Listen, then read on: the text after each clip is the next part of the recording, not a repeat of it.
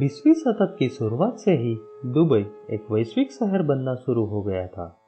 Palm island से लेकर बुर्ज अल अरब और बुर्ज खलीफा जैसी इमारतें यहाँ पे बनाई गई है और इसीलिए आज सब लोग दुबई को भविष्य की बड़ी बड़ी परियोजनाओं का गढ़ मान रहे हैं। आज मैं आपके साथ दुबई के एक ऐसे हार्बर यानी कि बंदरगाह के बारे में बात करूंगा जहाँ पे दुनिया का सबसे ऊंचा टावर बन रहा है। ये बंदरगाह का नाम है दुबई क्रिक हार्बर। जिस जगह पे क्रिक हार्बर बनाया जा रहा है वो एक वाटरफ्रंट एरिया यानी कि तट है। ये तट प्रख्यात पिंक फ्लेमिंगोज वाले रस अल खोर नेशनल वाइल्ड लाइफ सेंचुरी के बाजू में ही है और बुर्ज खलीफा से 8 किलोमीटर की दूरी पे है।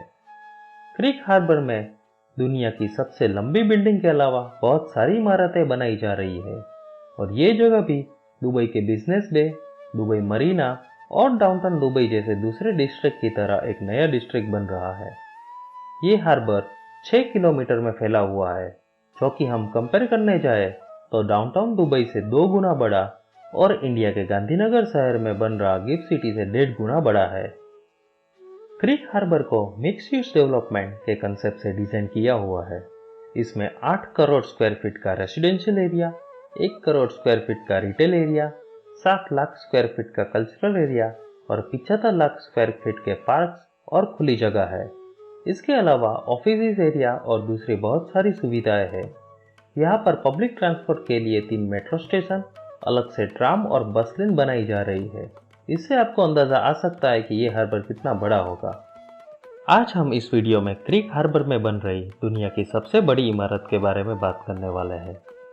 ऐसा माना जा रहा है कि दुनिया में अब तक कोई स्काईस्क्रैपर की डिजाइन इस टावर के जैसी नहीं रही है, क्योंकि ये टावर अभी तक के दुनिया में उपयोग किए गए सबसे लंबे स्टील केबल के सहारे से बनाया जाने वाला है।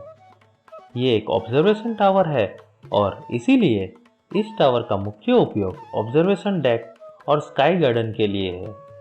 इसके अलावा टावर के ऊपरी 20 मंजिले होटल, रेस्टोरेंट, रेसिडेंस और समारोह के लिए बनाए जाएंगे। पहले तो इस टावर की जगह पर दुनिया का सबसे बड़ा ट्विन टावर बनाने का प्रस्ताव रखा गया था, पर आखिर में उसको बदलकर एक ही टावर बनाने का फैसला किया गया। ये टावर दुबई का अगला टूरिस्ट डेस्टिनेशन माना जा रहा है, जो कि 2021 तक बन जाएगा। तो दोस्तों आइए जानते हैं कितनी लंबी है ये इमारत और क्या है ये टावर का नाम। इस टावर का कंस्ट्रक्शन फरवरी 2016 में शुरू हुआ था। तब तक इस टावर का कोई भी नाम नहीं रखा गया था, इसीलिए उसके नींव के पत्थर पर उसका नाम द टावर ही लिखा गया था। उस वक्त आर्किटेक्ट ने मीडिया को ऐसा कहा था कि इस टावर की लंबाई बुर्ज खलीफा से थोड़ी ज़्यादा होगी, पर इस बयान के 4 महीने बाद ही डेवलपर ने मीडिया को बता दिया था कि इस टावर की लंबाई बुर्ज खलीफा से कम 100 मीटर ज़्यादा होगी। अब बुर्ज खलीफा की लंबाई 828 मीटर है और इसके हिसाब से देखने जाए तो ये टावर की लंबाई कम से कम 928 मीटर तो होगी ही।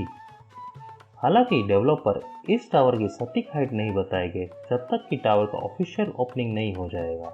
इससे वो उनके सामने जितने भी दूसरे पोटेंशियल कॉम्पिटिटिव प्रोजेक्ट्स है उनकी हाइट इस टावर से ज़्यादा बड़ी नहीं होने से रोक सकते हैं।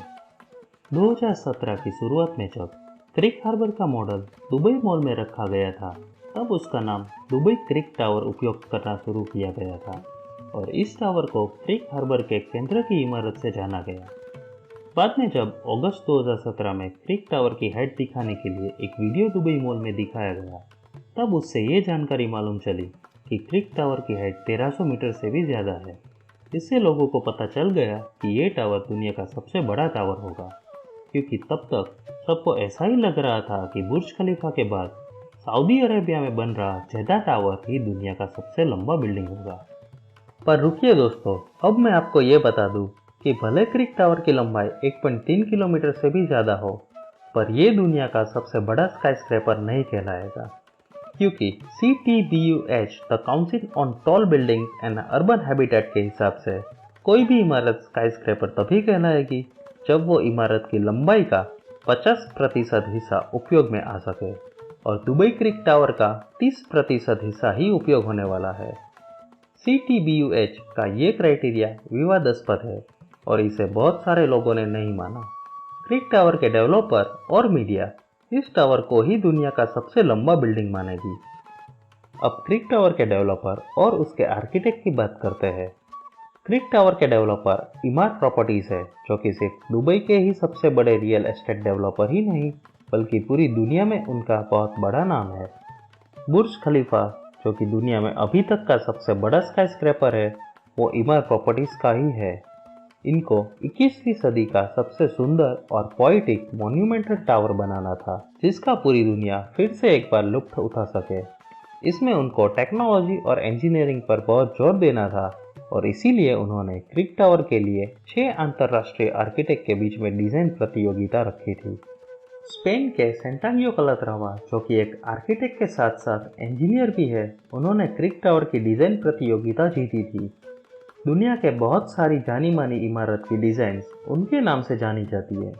उन्होंने वेलेंशिया का ओपेरा हाउस, न्यूयॉर्क में वर्ल्ड ट्रेड सेंटर का ट्रांसपोर्टेशन हब और टर्निंग टॉर्सो जैसे स्कल्पचरस बिल्डिंग्स बनाए हैं। पर इमारत प्रॉपर्टीज के लिए ऐसी इमारत बनानी उनके लिए भी बहुत बड़ी बात थी। डिज़ाइन की बात करें तो कलाट्रावा का यह मोन्यूमेंटल डिज़ाइन इस्लामिक सांस्कृतिक के मीनारेट्स और लिली के आकार से प्रभावित होकर डिज़ाइन किया गया है।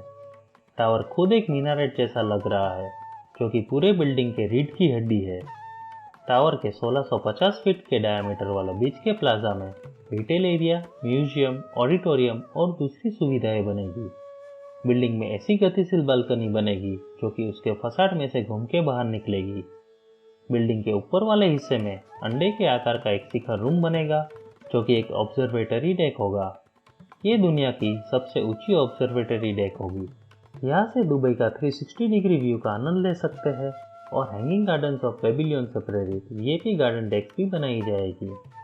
शिखर रूम के ऊपर एंटीना लगेगा, जिसे प्रसारण के उपयोग के लिए बनाया जाएगा।